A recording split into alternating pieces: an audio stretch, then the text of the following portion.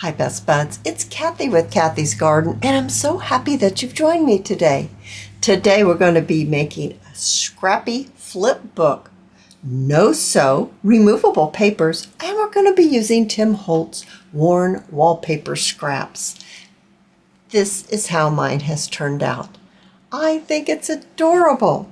Let's look inside. We've got our papers in here. And just like I said, it's a no-sew.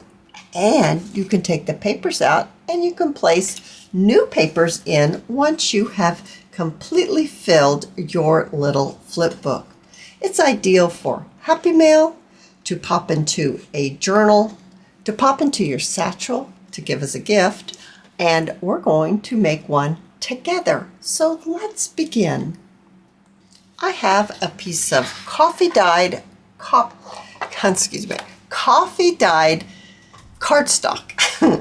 And mine is approximately 11 inches by 8.5. And we're going to fold it in half this way.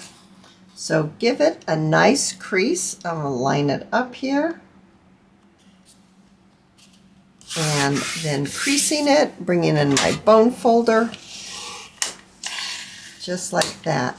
Now I want to go ahead and I want to cut it in half, but before I do that I'm going to turn it this way and I'm going to lightly crease it right here. That's going to tell me exactly where I need to trim it. So bringing in my small guillotine, we're going to cut it just right where I marked it. There we are. Now you have two. You can make two flip books out of one piece of cardstock. I'm going to round the bottom right here. So with my corner rounder, I'm going to round all four corners with two little clips. And then let's bring in our decorating tools. This is the Worn Wallpaper Scraps. Tim Holtz Idea-ology, 45 pieces. You can see that. And on the back, let me take this out and I'll turn it on the back. And you can see all that you get within this kit. So let's take out our little wallpaper pieces and let's look and see. Just about every one of these beautiful flowers goes with the paper. That is gorgeous, isn't it? Let's set that aside. I really like that. Here's yellow, and you get a yellow cut. I think it blends in too much. Let's try, I think you get some other yellow ones. Well, here's a bigger one. Just like this. I don't know, I kind of like the bigger one a little better. Or you could try something like that. As you can see, there are lots of different combinations that you can make. How pretty is that? Maybe this one. That's pretty. How about if we try this one? That's lovely too. But I really do like this one. Let's see if this fits on here. It does. We just have to turn it to the side. And we can get that to fit. I think this punches out. Yes, it does. And I think these punch out as well. Might have to cut this one. Let's see. Nope, there we go. That's lovely. Let's use this cutout, these flowers, with this background. All right, so next. All right, so now let's cut our piece of decorative paper to fit on our base. And I'm going to line this up so that I have a border around showing my coffee dyed cardstock. So I'm just going to line this up. I'm going to mark it right here. And then we'll need to cut this. So that's about right here. So let me make those cuts. All right, so now we have a border around, but I do want to have that round edge. So I'm going to round my edges here. And I want to bring in my frayed burlap. I'm going to give it a little bit of some color on my cut edges. So just going around my paper. I'm also going to do the same thing to my base. Let's glue our base with our decorative paper. Let's glue them together. Do I want it to go this way or this way? I think I like it this way. So I'm going to use my art glitter glue, and I'm going to glue this right in its place, just like this. I'm using my grid marks to help me so that it's as straight as I can do it. Now let's bring in our little piece that comes with the little package that you get. Now I have been cutting on this shirt that I purchased at the thrift store. You can see it's a shirt. I've been cutting on it for a long time, and I'm going to cut a little piece here. I just love the color of this lace, and I've got my little piece here. I'm sure it's more than I need. But let's lay it right on here, because what I want to do is I want to get a little bit of that lace underneath between the fussy cut flower and the fabric, or not the fabric, the printed paper. So I'm just going to trim this out, maybe something like this. I don't even want it to be all straight. All jaggedy is just fine. And maybe something like this, because I definitely want the print to show, but I also want some of the print to be underneath the lace. It just gives it that look that we're after, and I think I might turn it more like this. Maybe, not sure here. Maybe more like this, and I can trim this off. So because I'm going to be gluing on top of my lace, there's another little piece I need to take out. I'm going to use my hot glue gun. Now I have a Surebonder high temp. It's got the specialty tip on it. It came that way. I'm going to, whoop, there's another one I see as I turn it over. Yeah, you need to make sure you get all your little holes removed, your little sections. I don't see any more. I think we've definitely got them all now.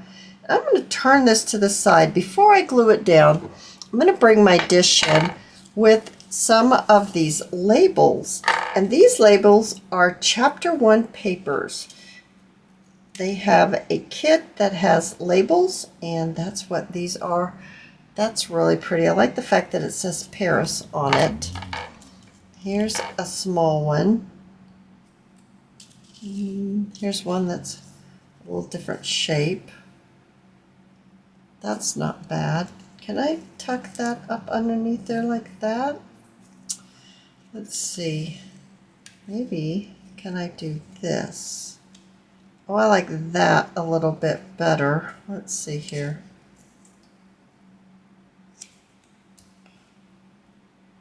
That, I like that. I like that leaf coming over. So I'm going to take my art glitter glue, and I'm going to glue this leaf, and get it picked up, right there on my label. And I'm doing that because I want to be able to place this on top in one piece like this. This is just one piece now. I don't have to worry about trying to get that label, maybe not putting the glue down there so I can lift it up and get that label squeezed in there.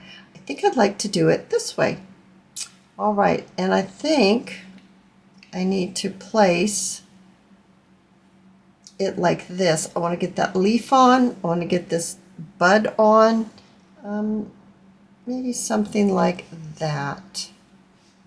Let me look at that a little bit. Do I need to raise this up a tiny bit? Maybe like this.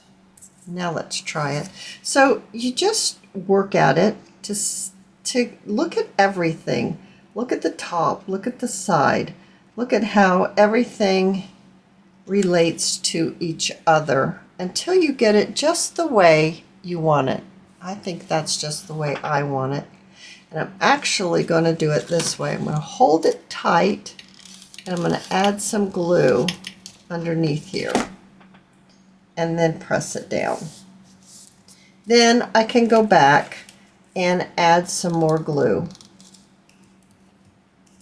And as I said before, I'm using my glue gun because I'm gluing on top of that lace and I need it to grab a hold and really hold the lace down as well as glue the little fussy cut piece on there.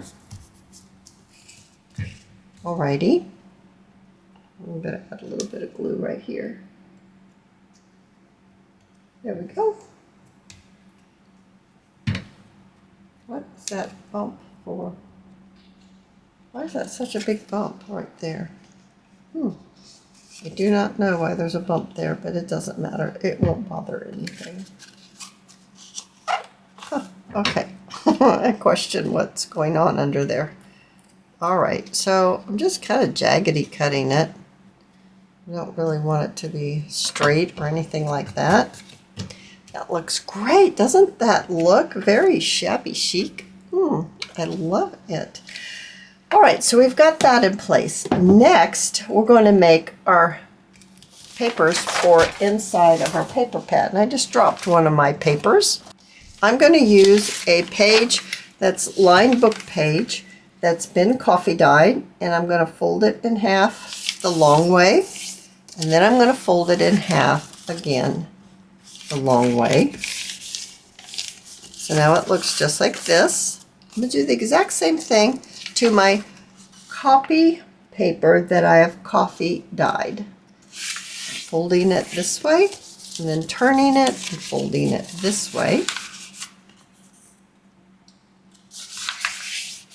So this is going to give me 8 pages in my little flip book. I don't want to put too many pages in there. I don't want it to be too awful bulky. I suppose you could add a few more if you wanted.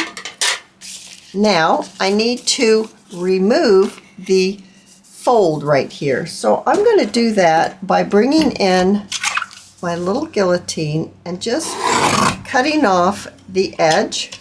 So now I've got 2 pieces of paper just like this because I've cut them free. They're already folded. And let's find the folded side. This is the folded side. I'm just going to cut off a tiny bit, just like that. So just a sliver, and then we have our pages. Now, I think I'd like this page to be first.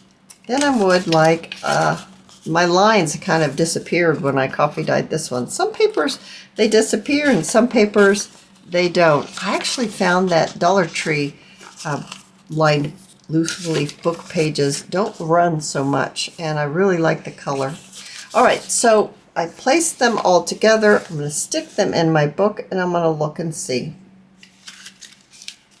Well, that's pretty doggone good. So what I'm going to do is I'm just going to take a tiny bit off the bottom because I want it to be within the cover.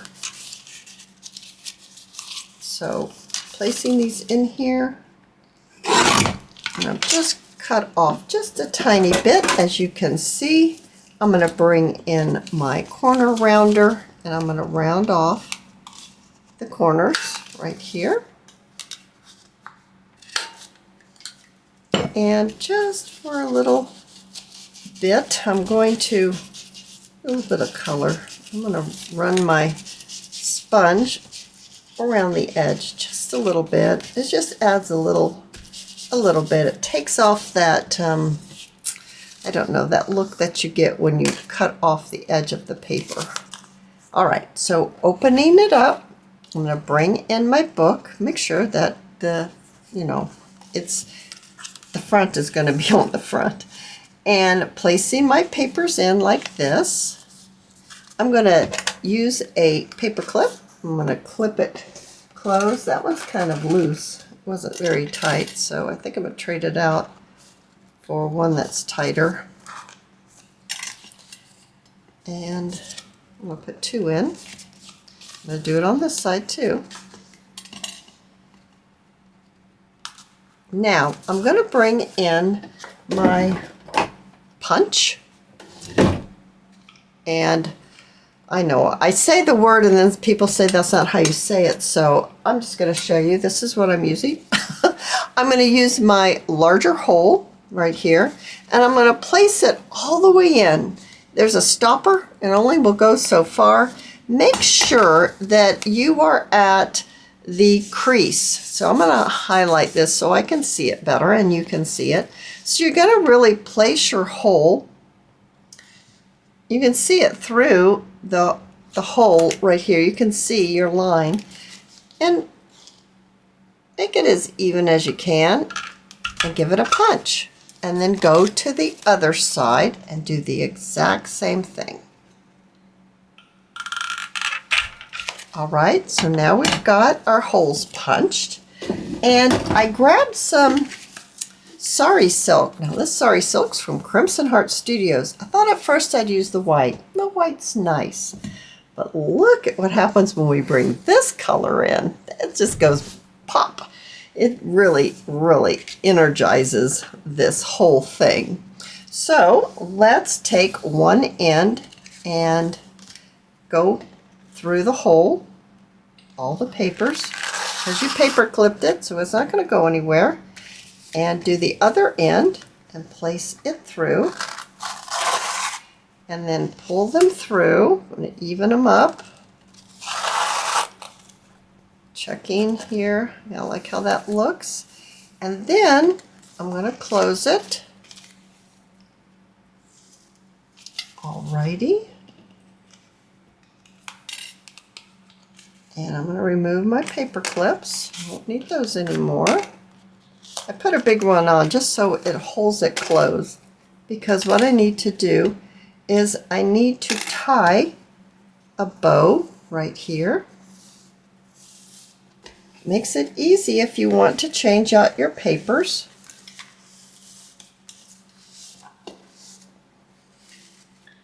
A little bow. Oh my goodness, that is super duper cute. I'm going to trim my streamers here.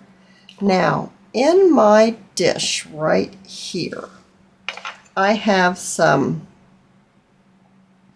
well, it's like trim. I have a lot of this trim in my Etsy shop. I'm looking to see if I have maybe another color that might work a little better with this. I used that one for the one I just made. How about if we use this eyelash with maybe just a little bit of this bluey color. There's blue and pink and cream. It kind of changes color on me. And so it's graduated in colors. I'm going to cut just a piece of that.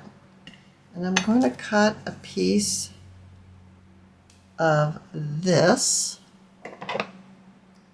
I don't know if I want just this trim or if I want to add a little bit of this. Oh, I think I do want to add a little bit of that eyelash trim. That's really pretty. I've got a bulb pin here, and I'm going to tie my trim onto my bulb pin.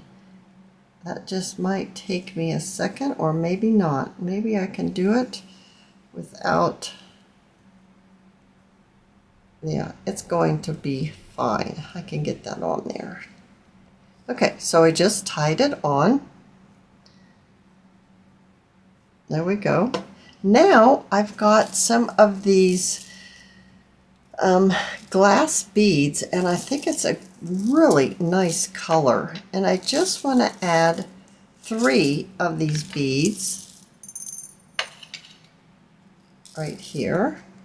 Put them in my dish right there. And opening this up, I'm going to add them to my pin.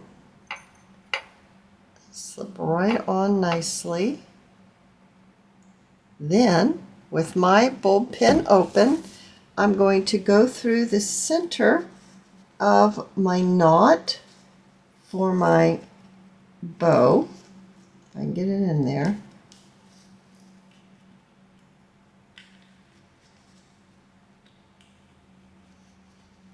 This pin must be very dull. Let's grab, this is too big probably. That's too big. Cathy, that's way too big. Good heavens, this Sari silk is really strong. Really, really strong. There we go, finally, I got it in. Okay, now I'm going to turn it, I think, around. Or I could leave it this way. However you want it. You want to turn it around, you want to leave it, it's all up to you. I'm going to turn it around and see what happens. If I turn it around, I'm going to add some more beads to this. What do I do with my beads? Right here. Sorry guys, I'm going to get this straight the way I want it before I stop. So I'm going to add my beads. So if you have trouble, like I'm having trouble, don't give up. Keep going. Keep going. You will get there eventually. Right? Eventually we'll get there. And it'll be just the way you want it. Oh yeah, that looks a lot better with all those beads on there. And I'm going to cut this a little shorter. I don't want all of that, but I want to stagger it.